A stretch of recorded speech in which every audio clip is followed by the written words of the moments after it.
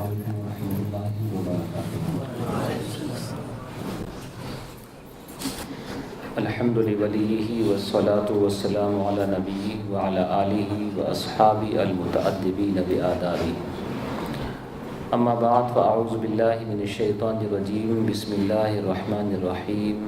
ان ربکم اللہ الذی خلق السماوات والارض فی ستۃ ایام ثم استوى على العرش يدبر الامر ما من شفیع الا من بعد اذنه ذلكم اللہ ربکم فاعبدوه افلا تذکرون۔ صدق اللہ العظیم وصدق رسولہ النبی الامین الکریم ونحن علی ذلک لمن الشاہدین والشاکرین والحمد للہ رب العالمین۔ یا سید السادات جئتک قاصدا ارجو رضاک واحتمی بحماک یا اکرم الثقلین ویا کنز الورا جد لی بجودک واردنی برضاک۔ ایک دفعہ بآواز بلند درود شریف پڑھتے ہیں۔ اللہم صلی علی سیدنا وشفیعنا وحبیبنا وطبیب قلوبنا وشفاء صدورنا ومولانا محمد کما تحب وترضى بأن تصلی علیہ۔ ایک دفعہ اور جھوم کر بآواز بلند درود شریف۔ اللہم صلی علی سیدنا وشفیعنا وحبیبنا ومولانا محمد کما تحب وترضى بأن تصلی علیہ۔ نام ہی نام ہے جو کچھ ہے حقیقت کے سوا، محدث اعظم ہند کی چھوچی فرماتے ہیں۔ نام ہی نام ہے جو کچھ ہے حقیقت کے سوا، راستہ کوئی نہیں ان کی شریعت کے سوا، راستہ کوئی نہیں ان کی شریعت کے سوا۔ سچ تو یہ ہے یہی سب کچھ ہے کہ کچھ بھی نہ رہے، سچ تو یہ ہے یہی سب کچھ ہے کہ کچھ بھی نہ رہے، طلب و طالب و مطلوب میں وحدت کے سوا، طلب و طالب و مطلوب میں وحدت کے سوا۔ پاس سجدے بھی تھے روزے بھی زکوٰۃ و حج بھی، پاس سجدے بھی تھے روزے بھی زکوٰۃ و حج بھی، حشر میں کام آیا نہ کوئی رحمت کے سوا، حشر میں کام آیا نہ کوئی رحمت کے سوا۔ دن کو بیدار رہو رات کو ہوشیار رہو، دن کو بیدار رہو رات کو ہوشیار رہو، چین کی نیند کہاں ملتی ہے تربت کے سوا، چین کی نیند کہاں ملتی ہے تربت کے سوا۔ شامیانہ نہیں خورشید قیامت کے لیے، شامیانہ نہیں خورشید قیامت کے لیے، کالی کملی کے سوا چادر عطرت کے سوا، کالی کملی کے سوا چادر عطرت کے سوا۔ مرتبہ حضرت صدیق کا یہ ہے سید، ہر فضیلت کے وہ جامع ہیں نبوت کے سوا، ہر فضیلت کے وہ جامع ہیں نبوت کے سوا۔ ایک دفعہ اور درود شریف پڑھ دیں۔ اللہم صلی علی سیدنا مولانا محمد صلی اللہ تعالی علیہ وسلم۔ بیان کے بعد انشاءاللہ حضرت فاطمہ الزہرا رضی اللہ تعالی عنہا کی بارگاہ میں ایصال ثواب کے لیے انشاءاللہ فاتحہ خوانی بھی کرائی جائے گی، کیونکہ آج رمضان کی 3 تاریخ ہے اور تیسری تاریخ کو حضرت فاطمہ الزہرا رضی اللہ تعالی عنہا کا یوم وصال ہے۔ وہ آیات بینات کہ جن کے ترجمے اور مختصر سی تشریح کے تعلق سے کل گفتگو کی گئی، اس کے بعد آنے والی آیات بینات کے اندر ذکر فرمایا جاتا ہے ان ربکم اللہ، اے لوگو، سب کے لیے کہا جا رہا ہے، چاہے وہ کوئی بھی ہو، تمہارا رب اللہ ہے۔ ان ربکم، تم سب کا رب۔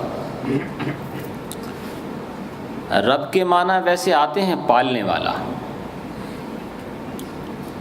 اس لیے قرآن مجید میں ظاہری جو آقا ہوتا ہے، بادشاہ ہوتا ہے، اس کو بھی رب کہا گیا ہے۔ آپ لوگ دعا میں مانگتے ہیں رب ارحمہما کما ربیانی صغیرا، اے اللہ میرے ماں باپ پہ رحم کر جیسے کہ انہوں نے مجھے بچپنے میں پالا۔ وہاں بھی کہا گیا ربیانی صغیرا، رب کا تذکرہ وہاں پر بھی۔ تو ظاہری طور سے آقا کو، مولا کو، پالنے والے کو عربی میں رب کہہ دیا جاتا ہے، لیکن رب تبارک و تعالی جل وعلا حقیقتاً رب حقیقتاً کہتے اس کو ہیں کہ جو ظاہر میں بھی پالے، باطن میں بھی پالے، اور پال کر چھوڑ نہ دے، ہمیشہ پالے۔ اس لیے کہا گیا کہ تمہارا پالنے والا چاہے ظاہر میں تمہاری ماں لگتی ہو، چاہے ظاہر میں تمہارا باپ لگتا ہو، چاہے ظاہر میں تمہارا کوئی اور لگتا ہو، وہ ظاہراً ہے، حقیقتاً پالنے والا رب ہی ہے۔ اور یہ سب سے کہا جا رہا ہے، ایسا نہیں کہ صرف مسلمانوں سے یہ خطاب ہے کہ تمہارا رب، نہیں، بلکہ کافر، مشرک، صحیح العقیدہ، بدعقیدہ، چھوٹا بڑا، مرد عورت، عالم جاہل، فاضل شیخ، کامل اکمل مکمل ناقص، جتنے بھی ہیں سب سے کہا جا رہا ہے سب کا رب تمہارا اللہ ہی ہے۔ اللہ ربکم اللہ، تم سب کا رب اللہ ہے۔ اب اس کے بعد اس کی صفت بیان کی گئی، الذی خلق السماوات والارض۔ اللہ کون ہے؟ اللہ کے بہت سارے اوصاف، اس کی بہت ساری صفتیں ہیں۔ اللہ حی ہے، قیوم ہے، رحمان ہے، ستار ہے، غفار ہے، 99 اسماء گرامی، اسماء الہیہ مشہور ہیں، 1000 سے زیادہ بتائے جاتے ہیں، کچھ کہتے ہیں کہ بے حد و بے شمار ہیں، لیکن اس کے بہت سارے اوصاف، اس میں سے ایک وصف عظیم یہاں بیان کیا گیا کہ اللہ وہ ہے جس نے آسمانوں اور زمین کو پیدا کیا ہے۔ اب آسمان اور زمین کو جس نے پیدا کیا ہے اور اس کے لیے کوئی بھی وہ مشکل نہیں ہے، تو جس نے آسمان و زمین کو پیدا کیا اس کے لیے تمہارا پیدا کرنا بہت آسان ہے۔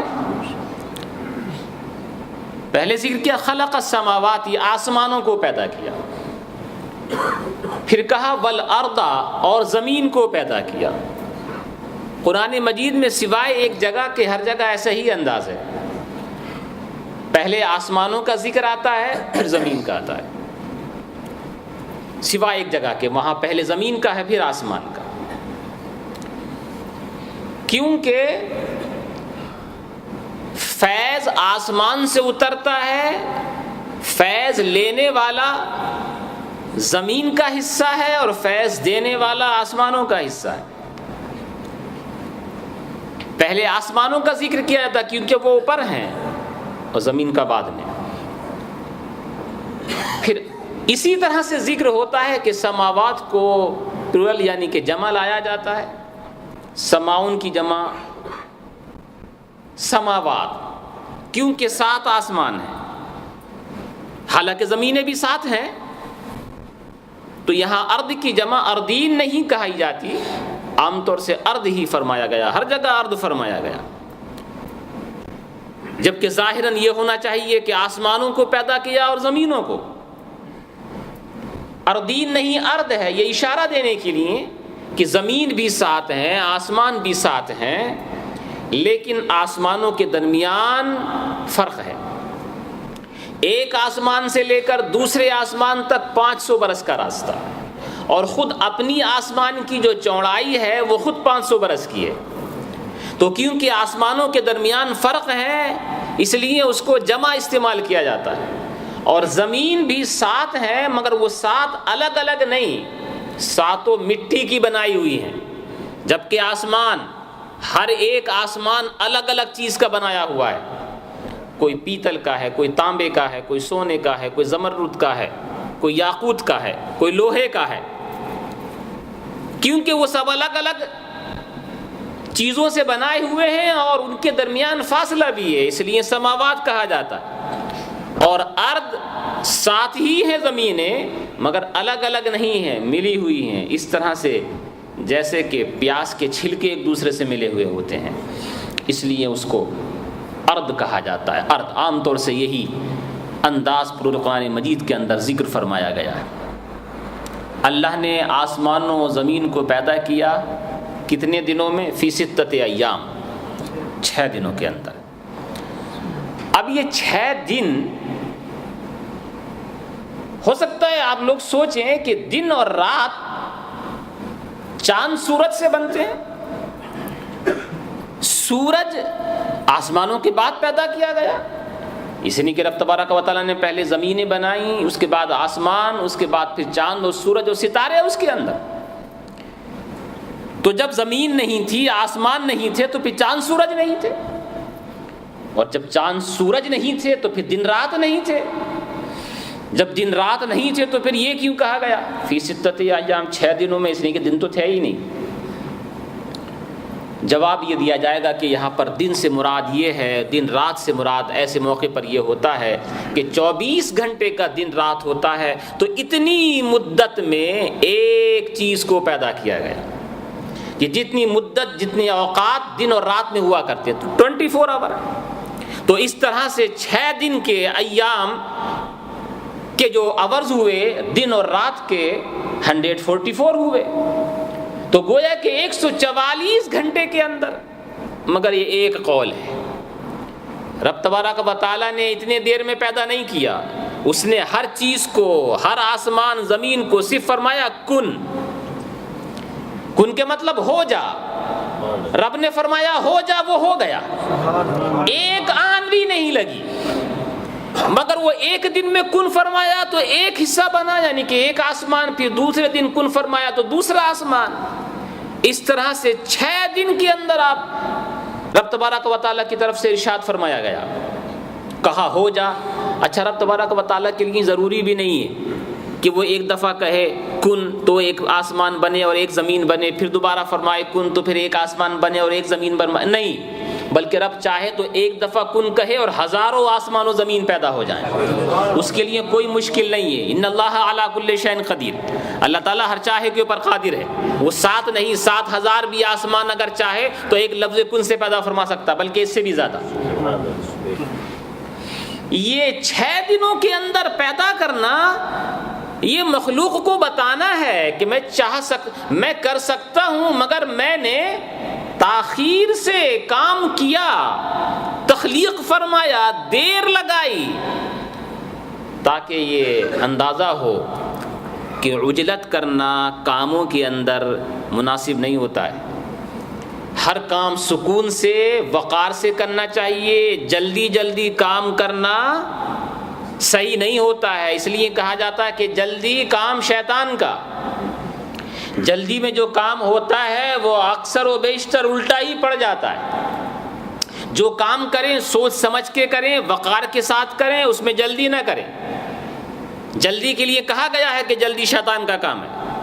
ہاں، کچھ ہی چیزیں ایسی ہوتی ہیں جس کے اندر جلدی کرنی چاہیے، اور وہ حدیث شریف کے اندر ذکر فرمائے گئے، خاص طور سے کبھی 3 چیزیں اور کہیں کہیں سے زیادہ بھی ذکر فرمائی گئی۔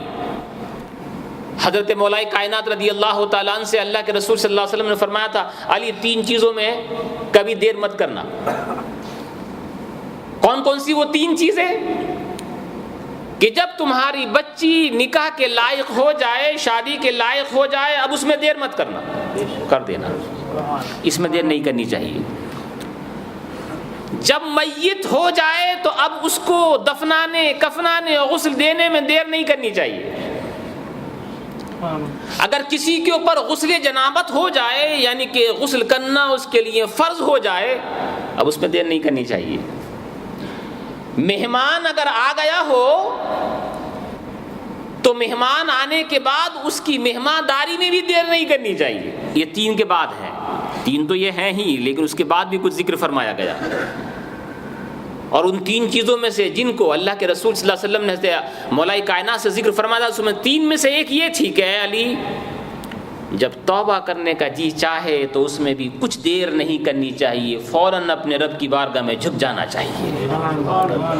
توبہ میں دیر نہیں، مہمان آ جائے اس کی مہمان نوازی میں دیر نہیں، لڑکی صاحب نکاح کے لائق ہو جائے اب اس میں بھی دیر نہیں، کسی کا انتقال اگر ہو جائے تو اس کو دفنانے کفنانے غسل کرنے میں دیر نہیں، کسی کے اوپر غسل جنابت اگر آ جائے تو پھر یہ نہیں کہ چلو 2 گھنٹے کے بعد نہا لیں گے، 4 گھنٹے کے بعد نہا لیں گے، نہیں، اگر تیرے اوپر غسل فرض ہے، تو ناپاک ہے، تو سب سے پہلا کام یہ ہونا چاہیے کہ تو اپنی ناپاکی کو دور کرے۔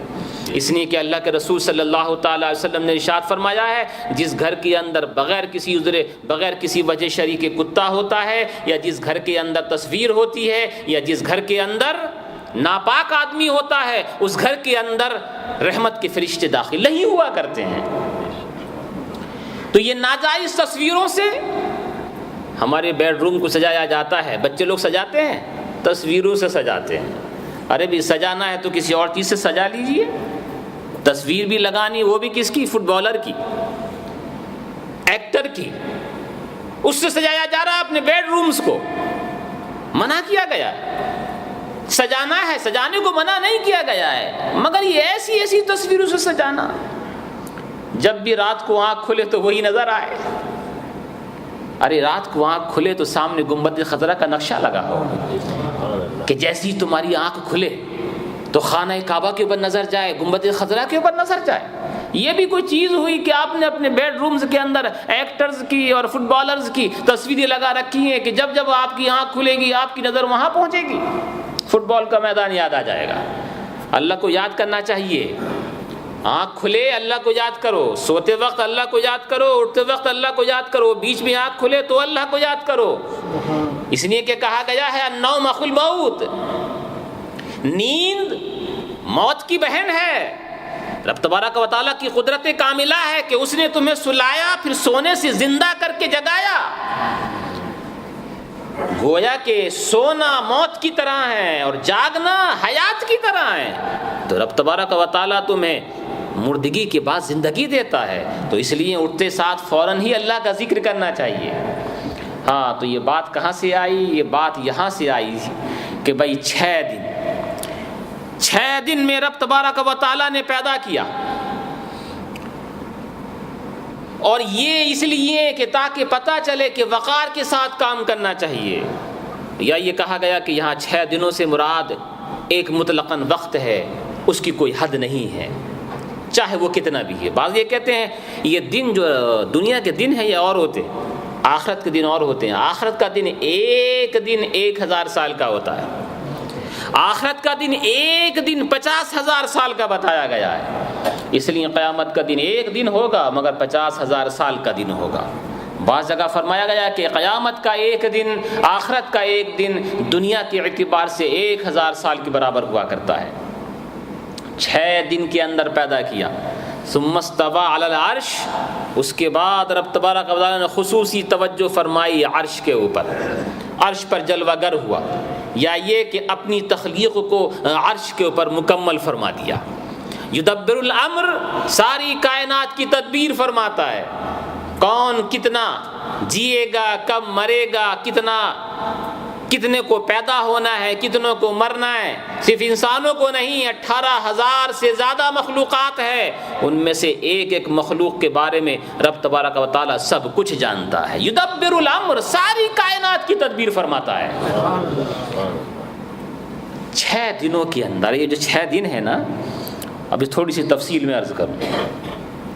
سب سے پہلا دن اتوار کا دن ہے، اس لیے عربی میں اس کو یوم الاحد کہا جاتا ہے، سنڈے۔ انگلش کے اندر جو آپ شمار کرتے ہیں نا، اسی طرح سے آتا ہے، Sunday, Monday, Tuesday, Wednesday, Thursday, Friday, اور اس کے بعد سیٹرڈے۔ عربی کے اندر بھی یہی اسی طرح سے انداز ہے۔ یوم الاحد سنڈے، یوم الاثنین منڈے، یوم الثلاثاء ٹیوزڈے، یوم الاربعاء وینسڈے، یوم الخمیس تھرسڈے، یوم الجمعہ جمعہ، یوم السبت سیٹرڈے۔ سبت کے معنی آتے ہیں آرام کرنا۔ یہ یہودیوں کا خیال تھا وہ لوگ کہا کرتے تھے، اس لیے یہ جو سیٹرڈے کی چھٹی ہے نا اب سے نہیں، صدیوں سے چلی آ رہی، پہلے ہی سے وہ لوگ منایا کرتے تھے۔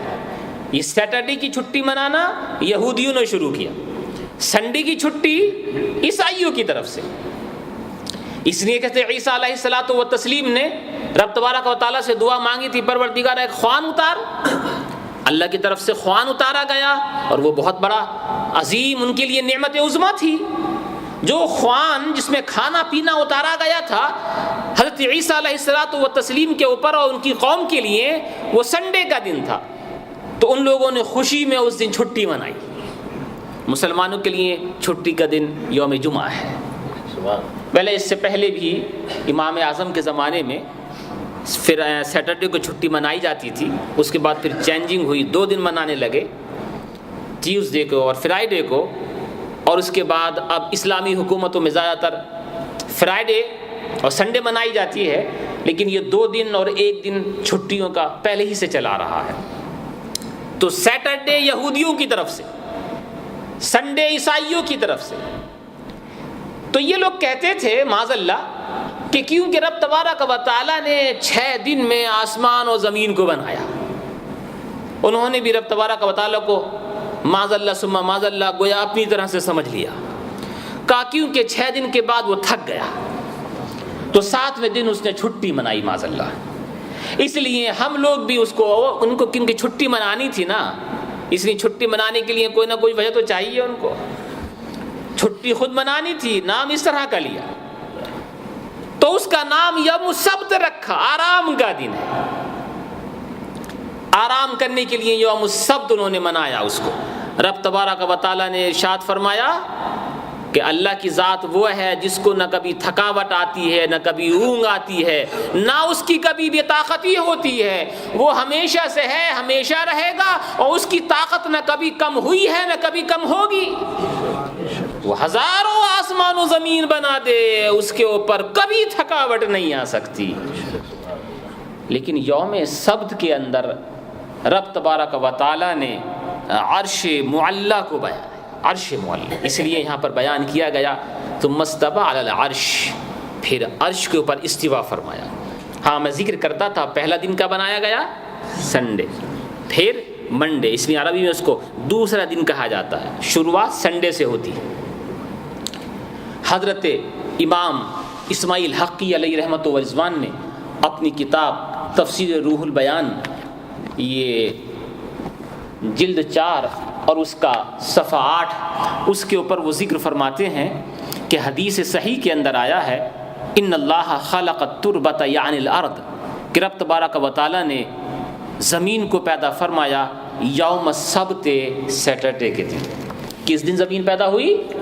سیٹرڈے کے دن۔ وخلق فیہا الجبال یوم الاحد، اور زمین کے اندر اس نے پہاڑوں کو پیدا کیا سنڈے کے دن۔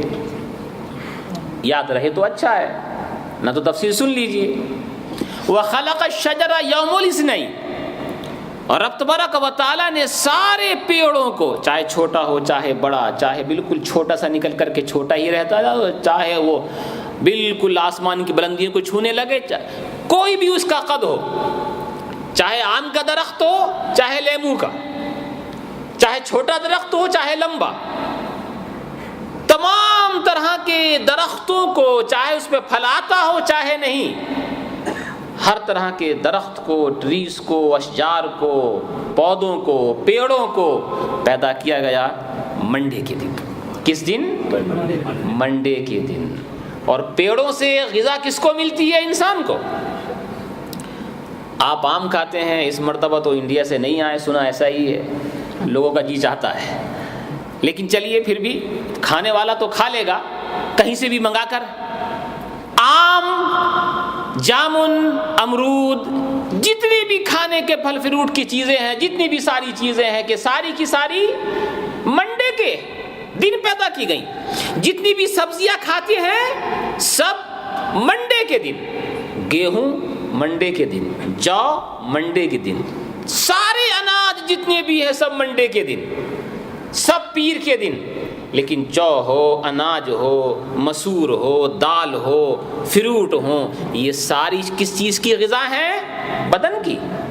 اس لیے رب تبارک و تعالیٰ نے اپنے حبیب کو بھی پیدا کیا منڈے کے دن، یوم الاثنین میں، اس لیے کہ رب تبارک و تعالیٰ نے ان چیزوں کو پیدا کیا تھا کہ جن چیزوں سے آدمی کے جسم کو غذا ملتی ہے۔ منڈے کے دن رب تبارک و تعالیٰ نے اپنے حبیب کو پیدا فرمایا منڈے کے دن، تاکہ روح کی غذا بھی ملتی رہے اور جسم کی غذا بھی ملتی رہے۔ منڈے کے دن سارے پیڑوں کو پیدا فرمایا گیا، اور اس کے بعد وَخَلَقَ الْمَكْرُوهَ يَوْمَ الثُّلَاثَ، جتنی بھی ناپسند چیزیں ہیں نا، مکروہ چیزیں، ناجائز چیزیں ہیں، حرام چیزیں ہیں، یا جس سے کراہیت پیدا ہوتی ہے، جتنی بھی مکروہ چیزیں ہیں، بہت سی کڑوی چیز ہوتی ہے نا، اندرائن کتنی کڑوی چیز ہوتی ہے، حالانکہ اس کے بھی نفع ہیں، فائدے ہیں، جتنی بھی ناپسند چیزیں ہیں، یہ ساری کی ساری چیزیں یوم الثلاثاء، ٹیوزڈے کو پیدا کی گئی۔ وخلق النور یوم الاربعاء، اور نورانیت کو پیدا کیا گیا وینسڈے کے دن۔ وبعث فیہا الدواب یوم الخمیس، اور یہ جانوروں کو اس میں پھیلایا گیا جمعرات کے دن۔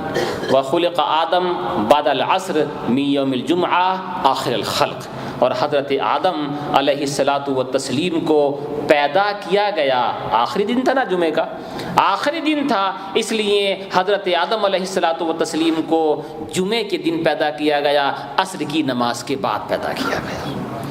یوں کہا جاتا ہے کہ ایوری فرائیڈے کو، جمعے کے دن عصر سے لے کر کے مغرب تک ایک ایسی ساعت آتی ہے کہ جس ساعت میں، جس گھڑی میں، جس منٹ میں، جس سیکنڈ میں ایک بندہ مومن اپنے رب سے جو بھی مانگتا ہے وہ قبول کر لیا جاتا ہے، اس کو دے دیا جاتا ہے۔ کیوں؟ اس لیے کہ فرائیڈے کے دن عصر سے لے کر کے مغرب تک، اب بتایا نہیں گیا 8 بجے نماز ہو گئی عصر کی، اب یہ فکس نہیں کیا گیا کہ 8:15 بجے پیدا کیا گیا، کہ 8:30 بجے، کہ 8:45 بجے، کہ 9 بجے، کہ 9:15 پہ، کہ 9:30 پہ، نہیں، اس کو پوشیدہ رکھا گیا۔ عصر سے لے کر کے مغرب تک ایک ایسی گھڑی ہے ایوری فرائیڈے کہ جس ہلکی سی ساعت میں، اس چھوٹی سی ساعت میں ایک بندہ مومن اپنے رب سے جو بھی نیک سوال کرتا ہے، رب تبارک و تعالی اس کو قبول کر لیا کرتا ہے۔ حضرت آدم علیہ الصلاۃ والتسلیم، اس لیے اہل سنت و جماعت ربیع الاول شریف میں 12 ربیع الاول کو خاص پیدائش کے وقت کھڑے ہو کے صلاۃ و سلام پڑھتے ہیں، پھر دعائیں مانگتے ہیں، کیونکہ ظاہر سی بات ہے جب حضرت آدم کے پیدا ہونے کے وقت میں رب نے برکت دی ہے۔ میری بات سمجھنا چاہتے ہیں نا؟ جب حضرت آدم علیہ الصلاۃ والتسلیم کے پیدائش کے وقت میں رب نے برکت دی ہے، تو جس وقت میں اللہ کا حبیب پیدا ہوا ہو اس میں بھلا برکت کیوں نہیں ہوگی؟ اس لیے اس وقت کھڑے ہو کر کے صلاۃ و سلام بھی پڑھا جاتا ہے اور دعا بھی مانگی جاتی ہے۔ یہ فرائیڈے ہوا۔ اب اسی کتاب کے حوالے سے ایک دو ضروری چیزیں آپ کے سامنے اور پیش کر دوں، کبھی زندگی میں کام آئیں گی۔ حضرت اسماعیل حقی علیہ رحمت و رضوان، یہ عرش کے بارے میں تو بعد میں ذکر کروں گا اگر وقت اس وقت تک ہمارے پاس رہا اور گنجائش دیکھی، لیکن یہ حضرت اسماعیل حقی علیہ رحمت و رضوان ارشاد فرماتے ہیں کہ نبی کریم صلی اللہ علیہ وسلم سے پوچھا گیا عن یوم السبت، سیٹرڈے کے بارے میں، یا رسول اللہ صلی اللہ علیہ وسلم اس سیٹرڈے کے بارے میں کچھ معلومات بیان فرمائیں۔ اللہ کے نبی صلی اللہ تعالی علیہ وسلم نے ارشاد فرمایا یوم مکر و خدیعہ۔ یہ احادیث یہ وہ نہیں ہوتی ہیں جن سے فرائض و واجبات کا استنباط کیا گیا ہو، یعنی یہ احادیث فضائل میں یا اس طرح کی باتوں میں ذکر کی گئی ہیں، یہ بخاری کی حدیث نہیں ہے، مسلم کی حدیث نہیں ہے، سیاہ ستہ کی حدیث میں سے نہیں ہے، دیگر کتب احادیث میں سے اس کو حضرت اسماعیل حقی علی رحمت و رضوان نے ذکر فرمایا ہے۔ یہ حدیث کس معیار کی ہے اس کو بھی ذکر نہیں کیا گیا ہے، مگر فرمایا گیا یوم مکر و خدیعہ، یہ سیٹرڈے کا دن، یہ شروع میں جو اس کی حالت تھی وہ یہ ہے کہ یہ دھوکے دینے والا دن ہے، دھوکہ دینے والا۔ کس طرح سے؟ اس لیے لأن قریشا مکرت فیہ فی دار الندوہ، اس لیے کہ قریشی لوگ جتنے بھی قریش تھے یہ اللہ کے رسول صلی اللہ تعالیٰ علیہ وسلم کو شہید کرنے کی جو میٹنگ کرنے کے لیے آئے تھے، سیٹرڈے کے دن آئے تھے۔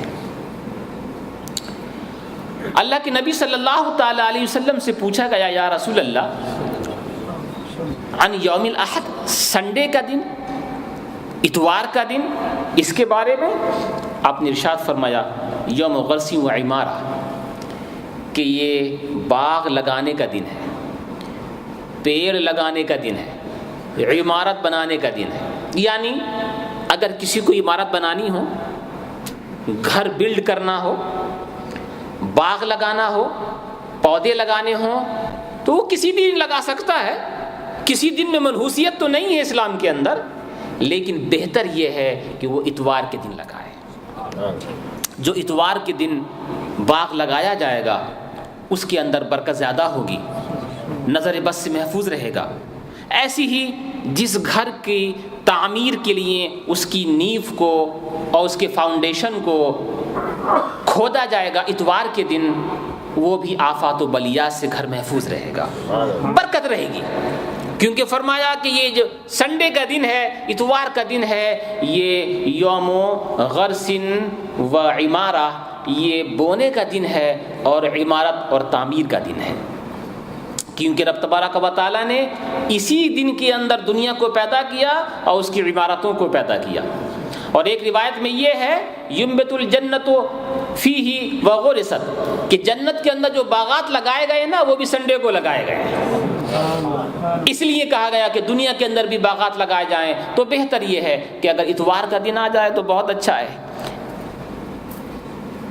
اس کے بعد پوچھا گیا عن یوم الثلاثاء، یا رسول اللہ صلی اللہ علیہ وسلم یہ ٹیوزڈے کے دن کے بارے میں بیان فرمائیں، کہ ٹیوزڈے کے دن کے تعلق سے جو بھی آپ ارشاد فرمائیں گے وہ ہم سنیں۔ آپ نے ارشاد فرمایا یوم الدم، کہ یہ ٹیوزڈے کا جو دن ہے یہ خون والا دن ہے۔ خون کیا مطلب خون والا دن ہے؟ کہ اس لیے لأن فیہ حاضت حواء، کیونکہ ہم سب کی ماں حضرت آدم کی زوجہ مکرمہ اور ہم سب کی ماں حضرت حوا رضی اللہ تعالی عنہا، ان کو جن دنوں میں وہ عورتوں کو وہ دن شروع ہوتے ہیں جس دنوں میں ان کے لیے نماز معاف ہو جاتی ہے، تو وہ دن حضرت حوا کا ٹیوزڈے سے شروع ہوا تھا۔ اس لیے کہا گیا کہ یہ یوم دم ہے۔ اللہ کے رسول صلی اللہ علیہ وسلم نے فرمایا اسی لیے جو پچھنے لگوائے جاتے ہیں نا، کپنگ کرائی جاتی ہے، خون نکلوایا جاتا ہے، سنت ہے حالانکہ، لیکن ٹیوزڈے کو نہ کیا جائے۔ اس کے اندر فائدہ زیادہ نہیں ہوگا بلکہ نقصان ہو سکتا ہے، حالانکہ وہ سنت ہے۔ اسی طرح سے کپڑے کاٹنا ہے وغیرہ وغیرہ، یہ ساری چیزیں ٹیوزڈے کے اندر نہ کی جائیں۔ ایسا نہیں کہ حرام ہے، ناجائز ہے، اس کا خیال رکھیے گا۔ کبھی بعد میں اگر یہ سوچیں کہ بھائی ٹیوزڈے کے اندر کپڑا نہیں کاٹنا ہے، کیوں؟ ناجائز نہیں، ناجائز نہیں ہے، حرام نہیں ہے، بہتر ہے کہ آپ نہ کریں۔ اس لیے منع کیا گیا ہے کہ ٹیوزڈے کو حجامت بنوانی، یعنی کہ باربر کے یہاں پر جا کر کے اپنی شیونگ وغیرہ کرانی، اس کو منع کیا گیا، شروع ہی سے منع کیا گیا تھا۔ آپ لوگ تو یہاں کافی عمر کے لوگ بیٹھے ہوئے ہیں ماشاءاللہ، جو یہاں کے لوگ ہیں ان کو تو معلوم نہیں ہوگا، لیکن آپ دیکھا ہوگا گجرات کے اندر، انڈیا پاکستان کے اندر، کہ پہلے کے جو نائی لوگ ہوا کرتے تھے، باربر حضرات ہوا کرتے تھے، وہ ٹیوزڈے کو اپنی شاپیں بند رکھتے تھے، غالباً دیکھا ہوگا، ٹیوزڈے کو وہ نہیں کھولتے تھے۔ اسی لیے ان سب کو بتایا گیا تھا کہ بھائی ٹیوزڈے کا دن باربر لوگوں کے لیے چھٹی کا دن ہے۔ ایسا نہیں ہے کہ اس میں حرام ہے، ناجائز ہے یا گناہ کا کام ہے، لیکن یہ کہا گیا ہے کہ اگر آپ کو حجامت بنوانی ہے ہفتے کے کسی اور دن بنوا لیجئے، ٹیوزڈے کے دن حجامت بنوانے سے پرہیز کرنا چاہیے۔ شریعت مطالعہ کی ہر چیز میں کوئی نہ کوئی حکمت ہے، چاہے کسی کی سمجھ میں آئے چاہے نہ آئے۔ جیسے یہ کہا گیا کہ اگر کوئی پچھنا لگواتا ہے، حجامت یعنی کہ وہ پچھنا لگوا رہا ہے اور اپنا خون جو سنت طریقے سے نکالا جاتا ہے سیندھی لگوا رہا ہے، تو بہتر ہے کہ وہ ٹیوزڈے کے دن نہ لگوائے، کیونکہ اس سے نقصان ہو سکتا ہے۔ اور اللہ کے رسول صلی اللہ تعالیٰ علیہ وسلم نے خاص طور سے ٹیوزڈے کے دن یہی پشنا لگوانے سے سختی سے منع کیا کہ نہیں لگوایا جائے ورنہ تو نقصان ہو سکتا، اور کہا کہ حضرت جرجیس کو بھی ٹیوزڈے کے دن ہی شہید کیا گیا، حضرت زکریا اور حضرت یحییٰ جو دونوں نبی ہیں ان دونوں کو بھی ٹیوزڈے ہی شہید کیا گیا علیہ الصلاۃ والتسلیم۔ اسی طرح سے فرعون کے جو جادوگر تھے جو حضرت موسیٰ پہ ایمان لے آئے تھے ان کو بھی ٹیوزڈے شہید کیا گیا۔ اسی طرح سے حضرت آسیہ جو حضرت موسیٰ پہ اسلام لے آئی تھیں اور مسلمان ہو گئی تھیں اور وہ فرعون کی بیوی تھیں، مسلمان ہو جانے کے بعد ان کو بھی ٹیوزڈے ہی شہید کیا گیا۔ چنانچہ کہا کہ یہ خون والا دن ہے، ان چیزوں سے پرہیز کرے تو بہتر ہے۔ پوچھا گیا یا رسول اللہ صلی اللہ تعالی وسلم یہ وینسڈے کا دن، حالانکہ شریعت اسلامیہ میں کسی چیز کے اندر نحوست نہیں ہے، منحوس سمجھنا یہ نہیں ہے، لیکن کہا گیا اگر منحوسیت ہوتی تو وہ اس دن میں ہوتی، ٹیوزڈے کو نہیں، وینسڈے کو، یوم الاربعاء وینسڈے کو۔ کیوں؟ اس لیے کہ فرعون کو اسی دن وینسڈے کے دن ہی ڈبویا گیا اور اس کی قوم کو بھی، قوم عاد، قوم عمود، سمود، یہ جتنی بھی ہیں یہ ساری کی سارے وینسڈے کو ہلاک کی گئی۔ حضرت صالح کی قوم کے اوپر عذاب وینسڈے کو آیا تھا، اور اسی لیے اس کا تو خاص خیال رکھیے گا بالکل خاص طریقے سے کہ ٹیوزڈے وینسڈے کو ناخون تو کاٹنے ہی نہیں چاہیے۔ وینسڈے کو ناخون کاٹنے سے اپنے آپ کو ہمیشہ بچائے رکھنا چاہیے، اس سے بیماری پیدا ہوتی ہے، اور وہ بیماری ہوتی ہے جس کا کوئی علاج نہیں ہے، بہت سخت بیماری ہے اور اس کا نام بھی لیا گیا ہے۔ کبھی کبھی عام طور سے اللہ تعالیٰ مجھے اور آپ کو سب کو ان طرح کی بیماریوں سے، مہلک بیماریوں سے محفوظ رکھے، اور جو لوگ اس طرح کی بیماریوں کے اندر کسی طرح سے بمشیت الہی مبتلا ہو گئے ہیں، رب تبارک و تعالیٰ ان کو ان بیماریوں سے چھٹکارا نصیب فرمائے۔ سفید داغ جو بدن کے اوپر سفید داغ ہو جاتے ہیں، اللہ تعالیٰ کی پناہ مجھے اور آپ کو سب کو اس طرح کی بیماریوں سے ہمیشہ ہمیشہ کے لیے محفوظ رکھے۔ یہ چھوٹی چھوٹی باتیں ہوتی ہیں، کبھی کبھی بڑی بیماریاں اس سے پیدا ہو جاتی ہیں۔ منع کیا گیا ہے وینسڈے کو ناخن نہ کاٹے جائیں، نہ ہاتھوں کے کاٹے جائیں، نہ پاؤں کے کاٹے جائیں۔ کچھ لوگ بیٹھے بیٹھے اپنے دانتوں کو کھٹکتے رہتے ہیں، ان کو پتہ ہی نہیں کہ وینسڈے کا دن ہے کہ ٹیوزڈے کا۔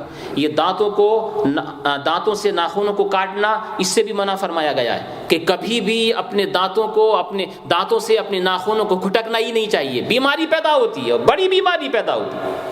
ویسے بھی آدمی کی عقل میں آ سکتی ہے یہ چیز کہ آج کل تو ڈاکٹرز اس وقت بتا دیتے ہیں کہ آپ کے ناخنوں کے اندر وہ جراثیم، بیکٹیریا، جو باڈ بیکٹیریا ہوتے ہیں اکٹھے ہو جاتے ہیں، جب آپ نے اپنے دانتوں سے کاٹنا شروع کیا جو سب بھرے ہوئے سب آپ کے منہ میں چلے گئے۔ وہ یہ عقلی بات ہے، لیکن شریعت مطہرہ کے ماننے والے جو عاشقین مصطفیٰ ہوتے ہیں وہ ان چیزوں کو دیکھتے ہی نہیں ہیں، وہ تو دیکھتے ہیں کہ ہمارے مصطفیٰ نے ہم کو کیا کہا ہے۔ وہ بیکٹیریا ہوتے ہیں کہ نہیں ہوتے ہیں، جاتے ہیں کہ نہیں جاتے ہیں، اس سے کوئی غرض نہیں ہے، اس سے کوئی بحث نہیں ہے۔ ہمارے نبی نے ہم سے منع فرمایا ہے کہ اپنے ناخنوں کو اپنے دانتوں سے نہ کھٹکا کرو، بس نہیں کھٹکیں گے، نہیں کاٹنا چاہیے۔ اسی طرح سے وینسڈے اپنے ناخنوں کو نہیں کاٹنا چاہیے۔ کاٹنا کس دن چاہیے؟ جمعے کے دن، کسی اور دن کاٹ لیجیے، وینسڈے کاٹنے سے پرہیز کرنا چاہیے۔ اعلیٰ حضرت رضی اللہ تعالیٰ نے اس طرح کی باتیں بیان فرمائی ہے، وہ ہمارا ابھی موضوع نہیں ہے، مگر وہ یہ ضمناً میں اس کو عرض کر دوں، کھٹی چیز کے اوپر جو بہت زیادہ کھٹی چیز ہے اس چیز کے اوپر کوئی بھی، جیسے مثال کے طور پر دودھ ہے، مثال کے طور پر ڈبل کریم، سنگل کریم، آپ نے ابھی کھٹی چیز، کھٹا دہی پیا ہے، یا آپ نے املی کھائی ہے جو کھٹی ہوتی ہے اچھی خاصی تعداد میں، اور اوپر سے آپ ڈبل کریم کھا رہے ہیں یا اوپر سے آپ دودھ پی رہے ہیں، ہرگز ایسا نہیں کرنا چاہیے۔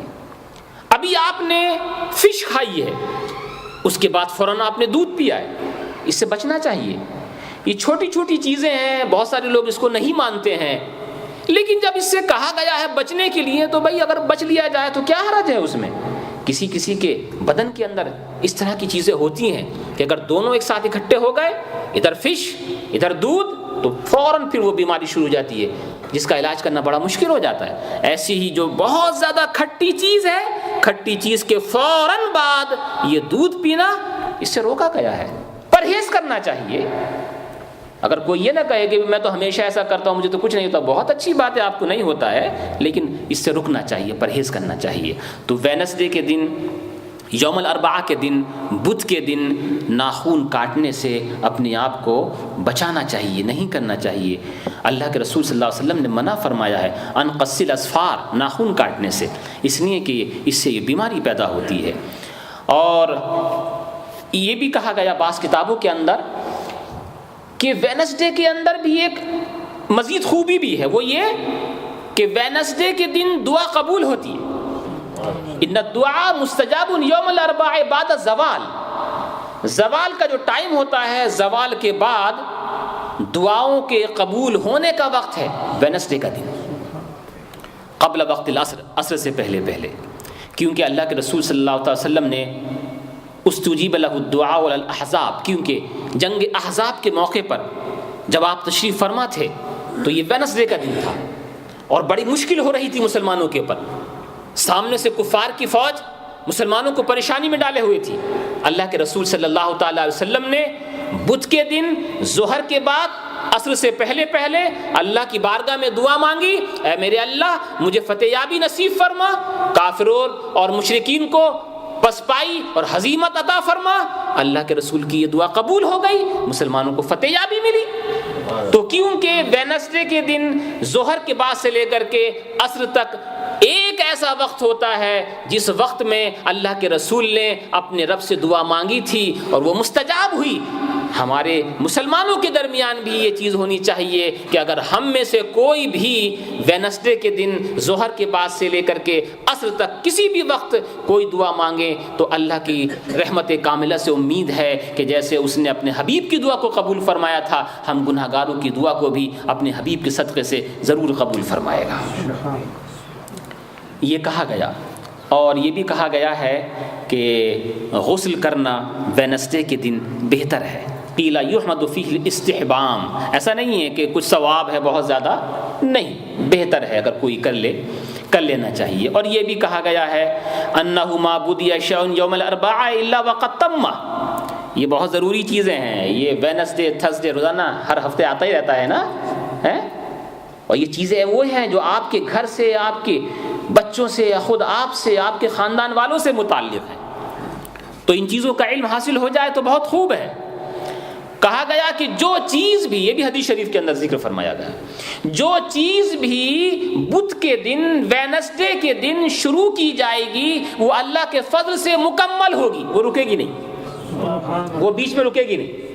مثال کے طور پر آپ نے یہ ارادہ کیا مجھے عمرے پہ جانا ہے، اور عمرہ کرنے کی تیاری آپ نے ویڈنسڈے سے شروع کی، اب آپ یقین رکھیے اللہ کے فضل و کرم سے اب یہ عمرے کے اندر رکاوٹ نہیں آئے گی، اس لیے کہ آپ نے یہ کام جو ہے نا بدھ سے شروع کیا ہے۔ اسی طرح سے آپ کو کوئی بزنس شروع کرنی، اب بزنس شروع کرنے کے لیے آپ نے ویڈنسڈے کا دن اختیار کیا، اسی حدیث شریف کے تحت کہ جو کام بھی ویڈنسڈے کے دن شروع کیا جائے وہ مکمل ہو جاتا ہے، تو انشاءاللہ خدا نے چاہا تو آپ کا وہ کام جو آپ نے بدوار کے دن، ویڈنسڈے دن شروع کیا ہے اور حدیث نبی کو سامنے رکھتے ہوئے کیا ہے، انشاءاللہ وہ ضرور مکمل ہوگا۔